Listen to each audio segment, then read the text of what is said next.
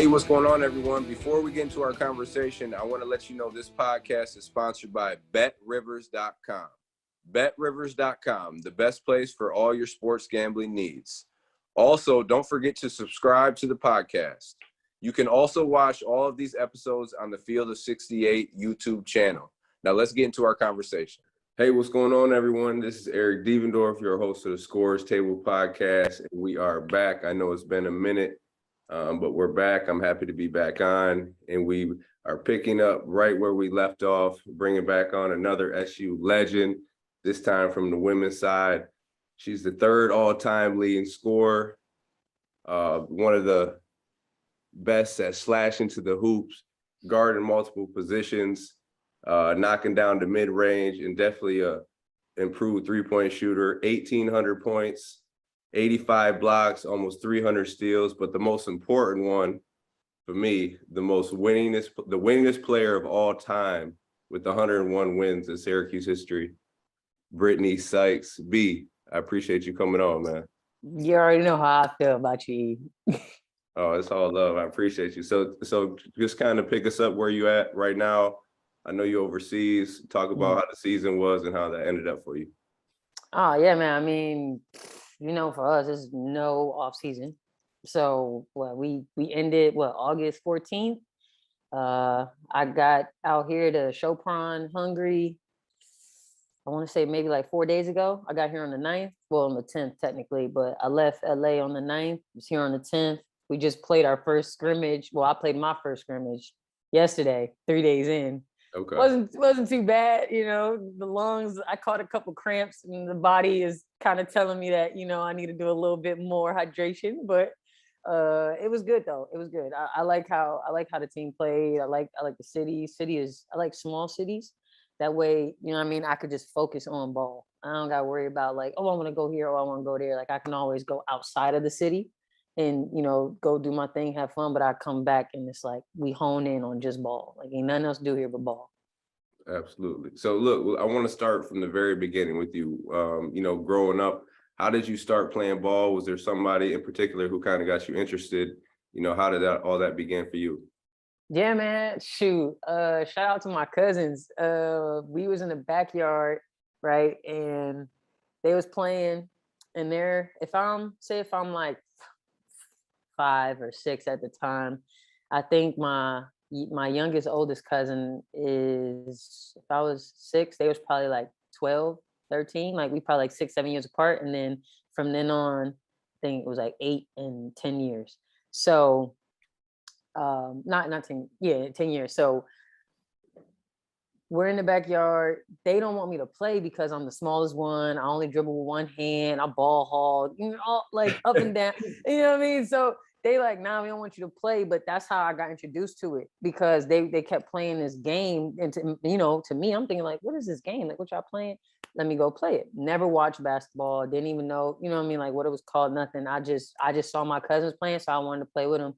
And then it got to a point where I was of age enough to, like really compete with them. And that's when I realized like, okay, I really like this sport. Like, all right, I'm gonna thug it out with basketball. So what age did you really realize like, all right, well, this is what I want to do. I'm pretty good at it. I mean, your cousins put you on at, you said 5 or 6, but what age were you like, all right, this is what I want to do. I'm really going to put in some work with it. Probably when I realized what I wanted to do, I'd probably say I was about, probably like, I want to say I was going to basketball camps while I was still in Christian school. So like I'm at full gospel Christian Academy for summer camp, but I'm down the block at Vailsburg at their, basketball camps, 3rd, 4th grade.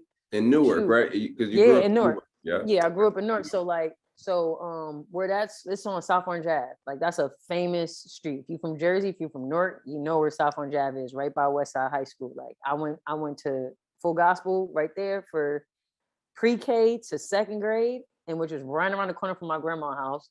And then I went down the block to Vailsburg Christian Academy for 3rd and 4th, and then that's when I hit public school. But them 2 schools right there, that's probably where I started to figure out like, nah, I want to be good at this. I'm actually having fun. It's competitive, and at that time, it really wasn't a lot of girls that I saw doing it, and I was competing with the boys. And it's funny because I'll never forget. I went to a Velsburg Christian Academy camp one time, and we were playing knockout, and we're shooting, and one of the boys he couldn't figure out if I was a girl or a boy. So so we were playing, and I'm shooting, we playing. All of a sudden, I think it got down to me and him, and he saw like I was really competing. So like we shooting. It went on for a minute. And so another kid was like, "Man, you gonna let that girl beat you?" And literally, he just dropped the ball. He was like, "What?" And I was like, "Yeah, like, what's the problem?" And he was like, "You a girl?" And I'm like, "Oh no!" Nah. This whole time he thought he was competing against a boy, which I'm like, so if you knew I was a girl from jump, was you gonna compete that hard? You know what I mean? So that's when I started to realize, like, all right, I'm actually kind of okay at this. If he thinking that I'm a guy, like it's all right, it happens. But that just gave me a little light bulb in my head, like, all right, you could compete with the dudes, like forget the girls. You took it in a good way. You know what I Yeah, mean? like, cause I mean, Motivation. Yeah. yeah, like I still get confused as whether I'm a girl or guy. Like I don't know how, but you know what I mean? Like long as you're not ignorant with it, like it happens, especially overseas. They, excuse me, sir. And I'm like, I'm sorry, I'm a girl. And they be like, oh, I'm so sorry, I'm so sorry. Like, so I've dealt with that all my life, but that was the first moment where like I realized, I'm like, you thought I was a what? Because of how I was playing. Yeah. Because obviously you ain't even see my face, because like I got a feminine face. So it was like because of how I was playing, you thought I was a boy. So I'm like, all right, I can compete with y'all now. Yeah. Oh, that's dope though. But so from then on, right there, as you go through middle school, high school, I'm probably imagine you start playing AAU a little bit, like so in the Yeah. summer circuit. But you ended up being the McDonald's All-American. So kind of talk about like that journey going through high school, Yeah. when the recruitment really started to pick up, who was recruiting you, and then eventually, how did you end up getting the Cuse and choosing Cuse? Man, what's crazy is a lot of people don't know my recruiting story. They'll be like, "Oh yeah, how you choose Cuse? How you choose Cuse?" And I'm like, "What's crazy is I didn't even choose Cuse first. Like I chose Penn State." Okay. So yeah, so like going into that, we got I think it was like my freshman year. I meet Coach Felicia Oliver, who is, when I say, probably one of the best coaches in the world. I'm not even saying that because of just I played with her. Anybody who talked to her, anybody who comes across her, like it's like she touched you and she leaves like greatness on your jacket or something. And Like is this that's high how. school and this is Yeah, university? yeah. This university. Okay. So what's crazy is I got to backpedal because how I got there was even more insane. My uncle, so my cousin by marriage, right? My uncle marries her aunt. He comes to my game. I'm at Union Ave Middle School in Irvington. And he comes to my game, and my mom and my dad, they worked. So they didn't really get to come to my games when I was younger. And my uncle goes to her and is like, "Yo, Gina, you need to check your daughter out. She's actually like nice." Mind you, my mom had no clue I was good. Yeah. She just knew like this was something to like, keep me busy until she got off of work type of thing. Right. So I'm like, okay, like I guess I am good. My uncle goes, you need to take her to university, because university was known for academics first. Like they had the sports, they just went to tournament of champions, like all that, but it was known for like a great academic school. That's all parents. My mother, she like, forget basketball. I need you to have an education. Right. So we go. Her name was Mecca. So Mecca Newton. My uncle like gives me the invite. Mecca like tells me, like come here. We got practice. I'm in 8th grade. I'm an 8th grader, skinny as hell, like a stick. And I walk in the gym, and Coach Fee see me. I start practicing with the girls. Coach Fee see potential. I ended up taking the test, getting in. We didn't even know that I had got in. My mom had to go to the school because something happened with like the mail. So because I had to end up moving to Newark, because I was living in Irvington at the time. But then that's when my mom was like, all right, we'll move to Newark. So I ended up living with my grandma my whole first year of high school. because my mom was still trying to figure out where she was going to move. We ended up moving like 10 minutes, not even 10, like 5 minutes down the road. Yeah. So I go there freshman year. Sophomore year is when things kind of started to take off because Coach Fee was a believer in paying it forward. So I had like Nadira McKinnon, Lauren Mincy, Mecca Newton. Like I'm talking about like dogs in the New Jersey name, in the name wave. And she was like, all right, look, there you got these colleges coming in. I need you to do XYZ when they get here. And like she would tell me, like, lay out the blueprint. She's like, I need you to tap the backboard. I need you to jump up, get rebounds as high as you can. I need you to shoot the ball. Like just telling me all the little things that will catch a coach eye. So they already You're a did great their work. rebounder too. I appreciate that. You're an unbelievable rebounder, yeah. But like literally, she was like, I need you to do this. I need you to do that. I need you to do this. And it'll be to the point where we'll just be chilling. She'll be like, Brittney, get the ball, go tap the backboard real quick. Like just do it. And I go do it. Like I'm like, all right, man, because I'm me, I'm like, I'm just figuring out my athleticism. I'm starting to realize like, man, you could jump.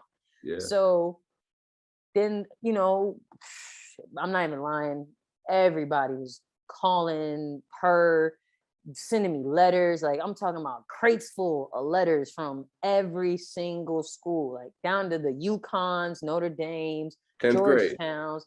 Yeah, like by junior year, that's when it started coming because also, right? So we got high school, but then I was truly blessed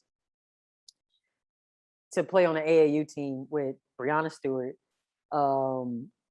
Stu, Bria Smith, freaking, who else was I playing with? Rain McConnell. The list goes on, but the fact that I was playing with future Hall of Famers, you know what I mean? Like that company that I was with, we played for the Philly Bells. So it's like, you say Philly Bells, everybody know like, okay, that's a legit AAU team. Yeah. I was blessed enough to where Fran Burbage and Mike Flynn, they were good friends with Coach Fee. And Coach Fee was like, they wanted Amber Thompson because Amber was a junior at the time. So she was about to be a senior. They was like, we want Amber, we want to have her on our team. And she like, that's fine. She's like, but I also need you to take Brittney under your wing too. Like I need her to play with her because we were teammates and we were going to play one more year together. So she like, I need A and B to make C. So mind you, take them together. Yeah. So that whole summer we balling out of control, like balling. We get to her senior season, my junior year, we're averaging like 20 apiece. Like she averaging 20 points, 15 rebounds. I'm averaging like 16 and 8. And I'm the point guard. I did not stop being the point guard until probably like my junior, senior year, because that's when we finally got my one of my good friends, Nakia Kersey. She came up from JV and she started playing as the main point guard. So it's like all of these transitions throughout like high school, we get to my senior year. And that's when I'm like, all right, where do you want to go? What do you want? Like, I'm talking to these schools. And Cuse was in my picks. But I went on my official visit to Penn State, and man, like when I say I had some fun, like college, man, I was like, this is what y'all do? Like, all right, they done took me to a volleyball game. Like I done went out to like, I think it was like blue and white week. So it was just nothing but just straight mayhem. And I'm 18 years old. I'm thinking this is what I'm about to come to. And the team was nice. I banged with the coaches. I banged with the girls. So I'm like, shoot, I'm right there. I done dry committed. So like dry committed. Yeah, like I under the table that John. But they ended up, you feel me? They ended up saying something to my coach, and we kind of butted heads because throughout my entire life, at that point in my senior year, I felt like I didn't have control of my own destiny. I felt like everybody was telling me what I should do, what I need to do. And I'm like, this is something that I'm about to pick for 4 years. Like, this is not, I knew at a young age, like I was different. So I knew that my path and my decision-making was going to be for future things, not for the now. So while I'm looking at my high school classmates pick 4 or 5 applications to fill out for college and wonder who's going to say yes, I only could fill out one. So I'm like, I got to make sure this one is solid. I don't want to transfer. I've never been feeling like I just want to leave, so I'm like, I need to make sure I got the right one. So then Penn State, I committed, everybody found out about it. me and my high school coach and my mom, we're beefing for months. I'm talking about like, not even months. We're beefing for like maybe like 2-3 weeks. It took a little bit of time to like kind of like shake it off, but for them 2-3 weeks, it was complete and utter hell because they were like, "Why would you do that? We've been working so hard. Da, da, da, da, da, da. Like you could have just told us." Da, da, da. And I'm like, "All right, look, I'll decommit. I'll run it back. Like I'm figure it out." So then, mind you, like still have like the thickest relationship with Kelly Gibson. She recruited the number 6 class. Like, I don't know if people really know that. Like, Kelly Gibson recruited me, Butler, Taylor, Korn, Pachiana when she was there, Maggie. Like, the 6 that got to the Final Four. Like, Kelly was like a main hand in getting us there because we all used to be in her office every day. Where's Kelly? Is she at St. John's? No. She back at home in Maryland. She back in Maryland. Yeah. Okay. So like I'm sitting there like, all right, what am I gonna do? I done decommitted. And literally the first person to hit me up was Quentin. Like Quentin called me. He was like, yo, I don't care if you carving pumpkins, making cookies, going to backyard like steakhouses. He was like, man, come up to Cuse, come to the official. He was like, come to the Orange Madness, and this is when Meek Mill performed. So this okay. is, I was there. Yeah. So this is the year Meek Mill performed. You know, Dion, everybody was there. Yep. And I came to that night. Yo, he threw me in the pit. He was like, "Hey, what's up?" He's like, "You know, I still love you. Dap me up, everything." Why this man throw me in the locker room with the team? Like, mind you, I done kicked it with the team and everything. And they like, "Damn, you done committed to Penn State. Like, what's that?" Like, they just going ham on me, and I'm just sitting there. Like, okay, I just got to eat it. But I'm glad I made that decision though, because the one thing my coach asked me, and I'll never forget it, and I apply it to literally everything that I do in life. She said, "Do you want to go somewhere that already has history, or do you want to go somewhere and make it?" I was like, "Shit, I'm trying to make some." And I saw Cuse, and I'm like, "We could do something here. Like, we could be the first to do something, especially with the class that I had." And I've been seeing Brianna and Taylor throughout childhood because of, you know, the AAU circuit with Exodus and, you know, New York, New Jersey. We going to what's that, Rose Classic. I done seen everybody. So I'm like, you know what? I'm gonna go to Cuse. Kelly got my back, Q got my back, Coach Reed had my back, like everybody had my back. And it was a no-brainer at that point because all these other schools were like great, but Cuse was number 1 in communication. So my mom was like, "What we doing?" You know, so it was like it kind of panned out. Like, she was happy she got her educational fix, and I got my basketball fix. And I'm like, shoot, we gonna do something here. So I might as well just go ahead and make some shape. Yeah, no question. So the deciding factor was kind of when you went to that Midnight Madness. Yeah, like when I went to the Midnight Madness, and then like when my coach was like, do you want to be a part of something, or do you want to make something? Like, okay, that right there. Okay. You know what I mean? Like that moment was like very defining for me because I didn't think of it like that. She was like, you can go to the UConns and the Notre Dames and you're gonna be great, you're gonna be fine, but they already have that. They already established that. Syracuse hadn't established that yet on the women's side. So I'm like, all right, like I'll take the task. Like I'll take on that challenge to, you know what I mean? Like, want to do something for Cuse that hasn't been done yet. I was like, I'll go to Houston. And I think it was Cuse. He wasn't maybe a few years in, because I remember, right? I think it was like 4 years in, like 4 or 5 years in, because after he got our class, they extended his contract because he was number 6 in the country. So I was like, that's when they were kind of really starting to, because before him, you know, they had another guy, and it was just so, you know what I mean? But like he was really the guy to like put it back on the map. And then your class, like you talked about, that whole 4 years, I mean, that's when it really went to a whole nother level. But when you're coming in your first year, you know, you one of the top high school players coming out.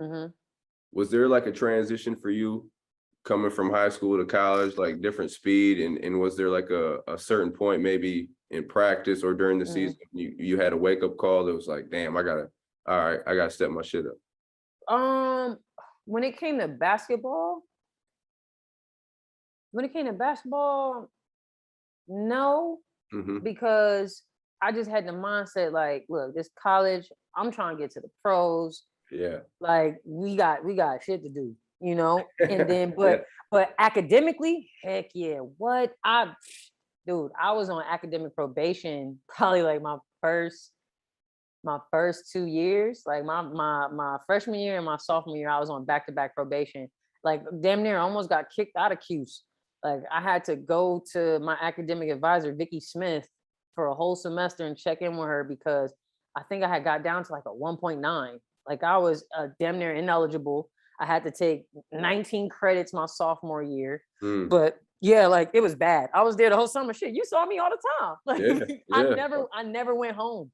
That's when I realized I'm like, I'm not going home. Like, why do I need to go home when I got everything I need here? I got a gym, I got food, I got a weight room, I got my homies. Like that was my utopia right there.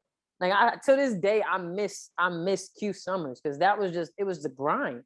So it was like my freshman year, other than academics, it wasn't a breeze because let me tell you, that was definitely some mental toughness I had to develop because we had 6 mile, we had the 1 mile, 3 mile, big fives. And you know, with Ryan, like we run them things every other day. We in the weight room, we going 6 a.m.s with coach doing, player development.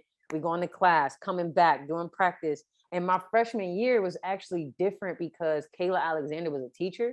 So we had practice at 7 at night, preseason at 7 at night. You mean to tell me I'm waiting my whole day to run?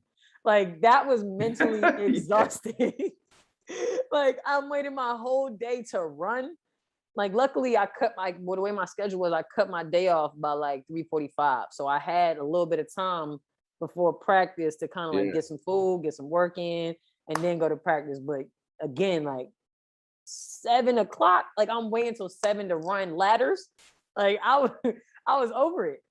But I mean, it sculpted me. Like I could run with anybody. Like ain't nobody gonna outrun me. Like you might be faster than me, but I'm not gonna stop. We could run for days.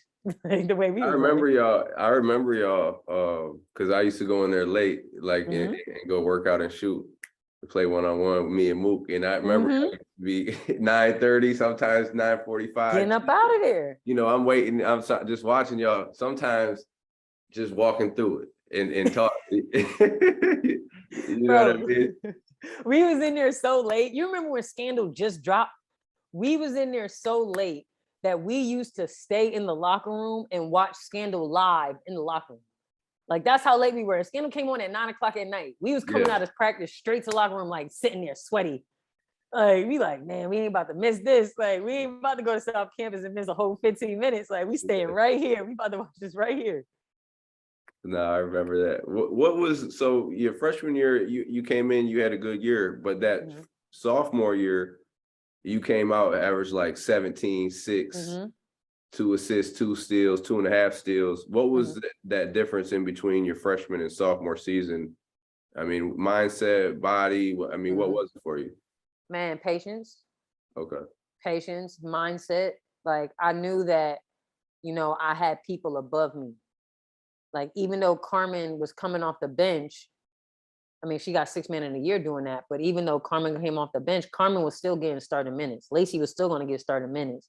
Me, I think it was me and Butler were starting. Where it was me, it was Rachel, Rachel Coffey, me, Butler, Lacey, and Kayla. But then how the rotation went, I was like the first sub. So like either me or Butler would be the first sub. Usually I became the first sub because Butler was the neon shooter. So she stayed in so she can get her shots off. So Carmen would come in for me and then the rotations would happen. But I was probably just one of those kids, like I'm never gonna play the victim. I was taught never to play the victim, never to be like, why me? If anything, I was watching who's ahead of me. So I'm like, all right, what they doing to stay on the court? And it was rough. It was rough my rookie year, my freshman year, because Q was hard on me, man. Like I would purposely run on the other side of the court so he couldn't yell at me. Like my lane was his yelling lane. Like we called the 3 lane the yelling lane. So he knew though. He could do that to you. Yeah, like he knew like I was built a little different. So it's like you can harp on me because honestly, he got mad because I learned how to tune him out at one point. Like, I'm like, bro, you not yelling about nothing. Like, I'm out of here. So my sophomore year come, and I knew that okay, like I was one of the go-tos. Like me and Butler knew our role very well. Like we knew, like, hey, when you come in, you shoot, you get to the basket. And we used to yell at Butler, like, bro, shoot the ball. Like we used to get in trouble because she didn't shoot. We be in practice and he would make rules up to make her shoot. So it's like he did that. And then with me, you don't get I would take jump shots. He'd be cursing me out. Get to the basket. I'll be making pull-ups, like Yeah. straight pull-ups. And he look at me, curse me out, like, go to the basket. And I'm like, bruh, what do you want from me? But all he wanted was us to be great. You know what I mean? So it was one of those things where I just had to hear what he was saying and not how he was saying it. So once I got that figured out, it was a breeze that sophomore year. Like we was making the tournament. We was working on our first win. And I was like, shoot, we in Kentucky, like, let's get it. So, I mean, you're on your way to obviously having a great career, but you've had a lot of adversities, dealing with injuries, and then still coming back from them and getting back to, playing at that high level. Kind of talk about that first ACL. I think it was in the tournament, right? Yeah, that was That it was the end of the sophomore year, right? You were there, and then second to last game of our season, I tore my ACL. so that's 10 months. I think I saw 10 months that you rehab, came back, and then retore it into the next season. So just kind of talk about like even just the first time you like fuck, because I remember I did my shit, and I'm like, when I heard that I did it, I knew I did it because I could hear that shit in front of the whole 30,000. That's the only thing I heard it in my mind. You know what I'm saying? I knew it. I'm like, oh shit. You know what I mean? Yeah. But then coming back and doing it again, like how was your mindset? Like what got you through that, and what really kept you going? Man, well, for one, the first one they said it was like an NFL like tear because I had caught part of my PCL. But I swear to you, like people don't believe me. I didn't think I tore my ACL. I didn't know what I did, but I didn't know if I tore my ACL or not. I just felt like somebody stepped on my foot and like pushed me to the side. So I'm laying on the floor, and I think I was more scared than anything. Like, yeah, I was in pain, but like I was traumatized because I'm like, what just happened? Like that happened too fast. Yeah. So, once I got the results back, it was pretty dark. I ain't gonna lie. Like that first one, I this is my first time ever being sat down. Like basketball got ripped from me. I ain't have no control over it. Like you just mean to tell me like I gotta send this CPM machine for how many months? Like I gotta do this for how many months, But it came a time where I got really close with Brad, and like I called him bestie, like Brad Pike, the head trainer with the men's, and he ended up Cincinnati. He was at Cincinnati now. Yeah. he at Cincinnati now? Yeah, he's at Cincinnati. Crazy, right? Oh man. Yeah, I know. Yeah. That's crazy. Shout out to bestie. But nah, and Brad, like Brad is he talks shit, but he also gets the best out of you. Like he knows how to poke what buttons to make you go harder in whatever you're doing. So I appreciate Brad a lot because that first time around, it taught me like how to be physically tough. Like I was physically like beating, I was demolishing shit. I'm talking about weeks ahead of schedule, and we lifting heavy weight, everything. But I say that to say it's like the second time it happened, it was even darker because I never did the work mentally or emotionally. Like I didn't know that you can get PTSD from a injury. You know what I mean? Like was it the same knee, B? It was the same knee. It was the same knee. Okay. So, so now like I'm struggling with depression. I'm struggling with what I didn't know at the time was anxiety, because when I got back from the first one, I'm on the court looking at my teammates play, and I'm visioning myself getting hurt. Like I'm looking at them play in certain movements that they do, and I'm like, oh, I can't do that. I'm gonna get hurt. Yeah. Oh, I can't do that. I'm gonna get. So now I'm in my head. So then we get to January 4th. Mind you, they put the big billboard right there on the highway. Yeah, And it's like, 81. on 81, they like Brit back. And I'm like, oh, it's lit. Like Q's giving me the love, the city, the community, everybody happy, everybody pull up to the Notre Dame game. Yeah. And we got like 12,000 fans in there. You can't hear nothing.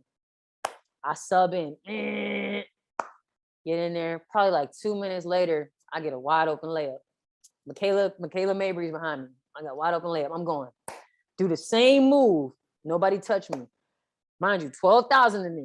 And like you said, you can hear it. Literally, you hear me say, oh shit. Like as soon as I hit it, it was like, doop. And I just fall to it and I grab the back of the backboard.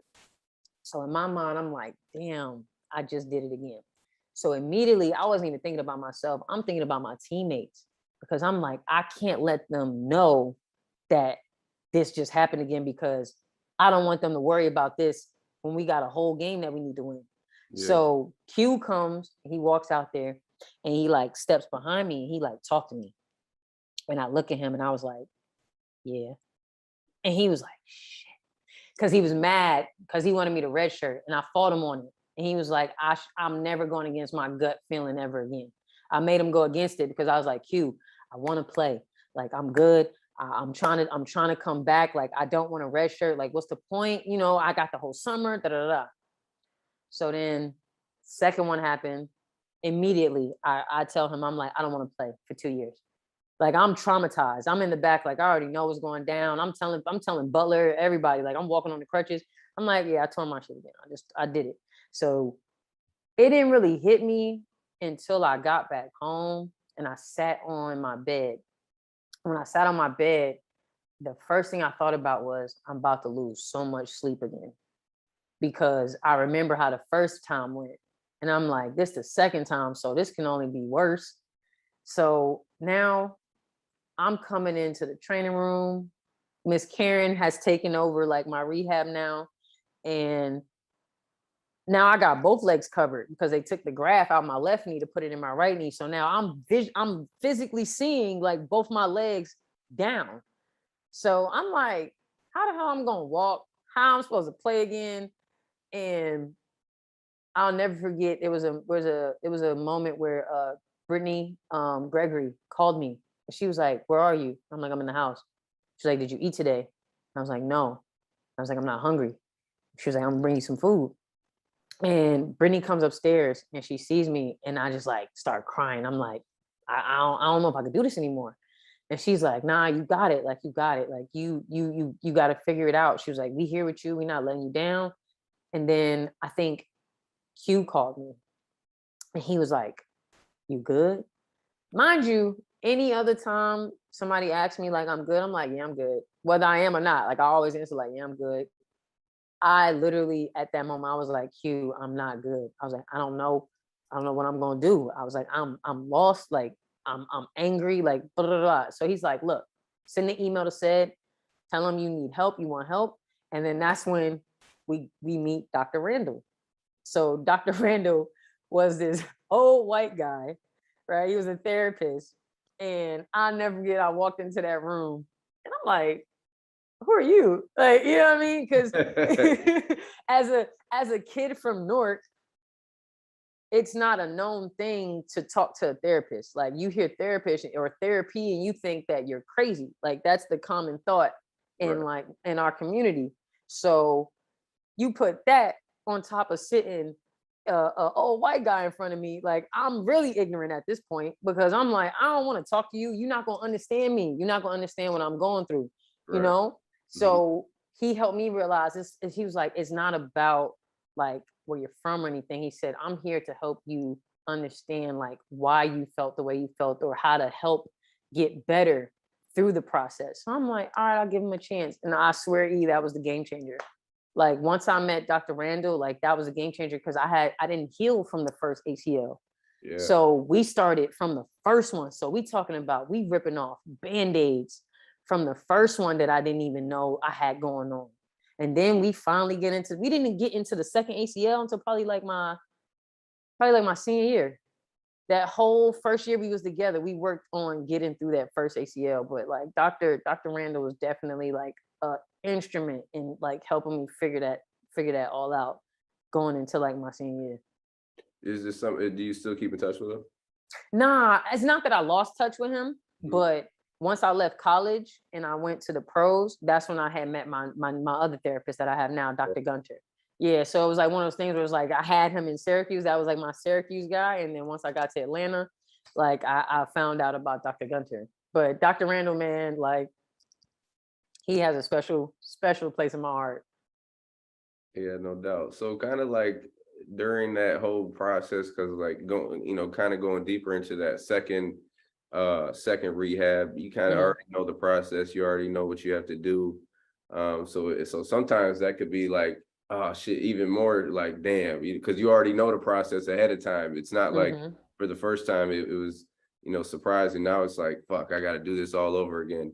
So was there a moment in time, during that rehab, during the second one, where you're like, fuck, I'm gonna push through, because we'll talk about it in a minute, but you came back and you came back strong, you know what I'm saying? Like you were productive. And then that senior year, and we'll get into that, you really dominated, you know what I'm saying? So what moment of time during that second rehab were you able to push through that wall and be like, fuck, I know I'm gonna make it happen?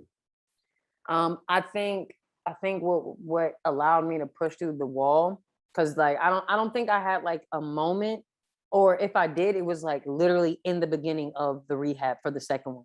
Like I told Miss Karen, because I used to come in on the first one, I'd be like, what we doing today?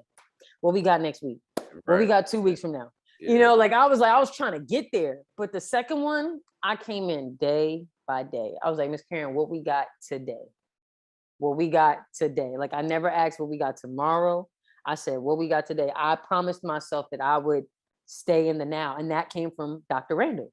Like being able to just stay in the now, because when I went ahead, that's when things kind of got tricky, because now I'm trying to control things that hasn't even happened yet. Yeah. So he was like, nah, you got to stay right here. Like stay tunnel vision, like where you at right now. So I guess that moment was like literally in the beginning. I promised myself that I would not ask any questions about the future, because I didn't know what it held. I did not know what the future held. So I'm like, look, we're going to figure out, we got single legs today. We got single legs today. Let's conquer single legs. Like we was staying where we was at. Like we wasn't moving fast. I wasn't trying to, oh, you want to walk today? All right, Miss Karen, we walking today. Like, that's it. Like I didn't fight them on it. I was very, very like easy going that second time around. Hey, shout out to Dr. Grimes too. I know you remember. Man. That's kind of like that was my start of that journey for me. You know what I'm saying? As far as being in that mindset and being in the now, being in the present. You know what I'm saying? That class, man, I remember it was life changing. Really put me on, man, for real. Life changing. Like, and shout out to Dr. Grimes too, because that was honestly, and I'm glad you brought that up, because honestly, Dr. Randall and Dr. Grimes was like the perfect like combination for me, because I spent a lot of time with myself that summer. Like we would go to class in the morning, right? And then I go back to my apartment and I'd be in my apartment all day. I'd be meditating. We had to do our little journals, and then we had like to meditate, or I did like cleaning meditation, or we had to figure out different ways that we can meditate. So, we going to class. We damn near about to fall asleep on the mat, like because we so relaxed. But that class right there, like I made some cool ass homies, because that's when we started to kick it even more. Because I'm like, I see ED every day in class, like we kicking it. We don't go to the gym. I was coming back, finishing up. I was finishing up. Yeah. So I'm like, man, what's crazy, I still got the Thich Nhat Hanh book, Anger, that she gave me when she gave it to me. I got a couple of her. Shit. Yep. She was like, just if you don't give it back, like just make sure you use it right. And that thing come with me everywhere I go. So yeah, like Dr. Grimes was definitely a pivotal instrument in that process, because it allowed me to like stay centered.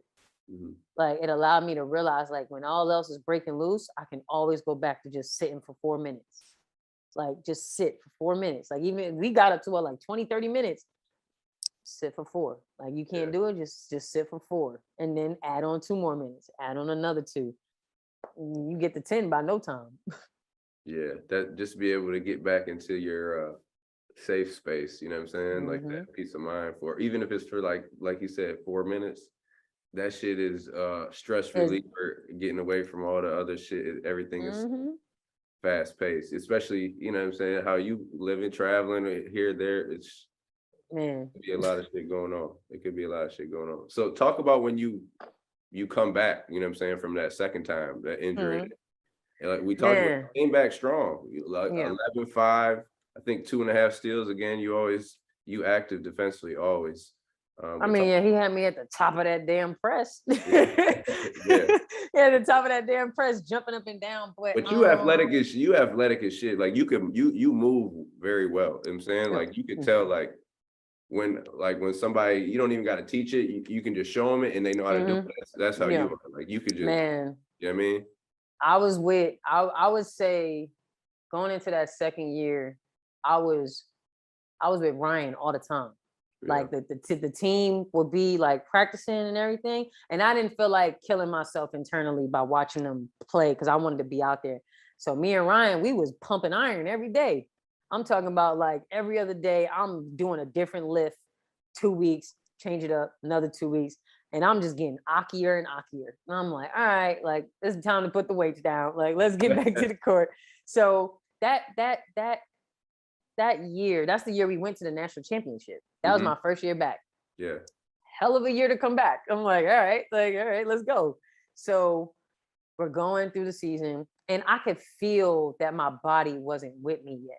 Like I was still kind of, trying to get back to it. And I forgot who I was talking to, but they told me it was going to take a year. It was going to take a season to like feel normal again because my body just went through 2 ACLs, not one, but 2. So they like, yo, Slim, relax. Like, relax, Sykes. Like you got some time to, figure it out. So I want to say by the tournament, that's when I started to feel like me again. Like I'm coming off the pick and roll, hitting pull-ups. I'm getting to the basket, blocking shots. I'm getting deflections. Like I'm doing everything how I used to do pre-injury.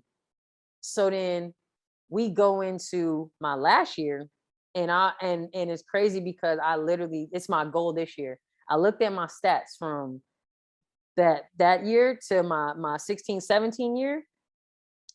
All I did that summer was lift weights and shoot hella threes. I didn't do not one basketball workout. Like I cannot tell, I didn't do one basketball workout. I played pickup with either y'all or the girls. And then I shot like maybe 500 threes a day. And just I'm on just the machine. Just on the machine. I'm just shooting on the machine because I'm like, I'm not a butler. I'm not going to dribble between my legs and shoot it. Like I'll get to that, but right now I need to because now you got to think. We had just got back from the national championship. I only had 24 hours to tell him if I was going to forego my 5th year, and I'm like, well, that's too quick. Like I might as well just stay. So I called Q back and I'm like, man, look, I'm gonna just stay. It ain't even a thought. Like they not about to rush me into, you know what I mean? Like going to the league. It ain't like I'm about to go and make $1 million. Like, I might as well stay and get another degree for the free. And you know what I mean? Like boost my stats. And yeah, I was looking at the draft class. 2016 draft class was loaded because of 2012. I knew exactly who I was competing with. All Americans. So I'm like, you know what? I'm gonna let y'all have that. Like Stewie in them classes, like, y'all got that. I'm gonna go over here to 2017 class and see where I can make some shape. So I go that summer, pumping weight. I go from 23% from the 3 to 40, not lying. And I'm shooting them. It ain't like, oh, she shot 4 for 10. No, I'm shooting them things like from deep too. So that whole season, I'm just on a mission because I knew that one, trying to get into the league. I got 2 injuries. So I'm kind of like a black card. I'm kind of like, oh, is she going to stay healthy? She's injury prone. Like, like all them things start circulating. And then it's like, can she shoot the 3? Yeah. Because one thing that I was told by Coach Kelly was like, you gotta be able to like always improve on something. Like always want to get better at something and never have yourself in a situation where it's like, oh, you don't have that in your toolbox. Because it was like, you don't want to have a reason for them not to play you. I'm like, I didn't want them to think that I couldn't shoot the 3. So I didn't want to be a liability. So I shot that 3. And that ended up, like boosting my my draft. because they had me in the second round. I don't never really look at pre-drafts, but they had me in the second round, and then shoot, by the time drafts came up, I'm in the first round. They just don't know where. So I'm like, all right, well, I did my job. Now it's like wherever I go, like I just got to continue that path.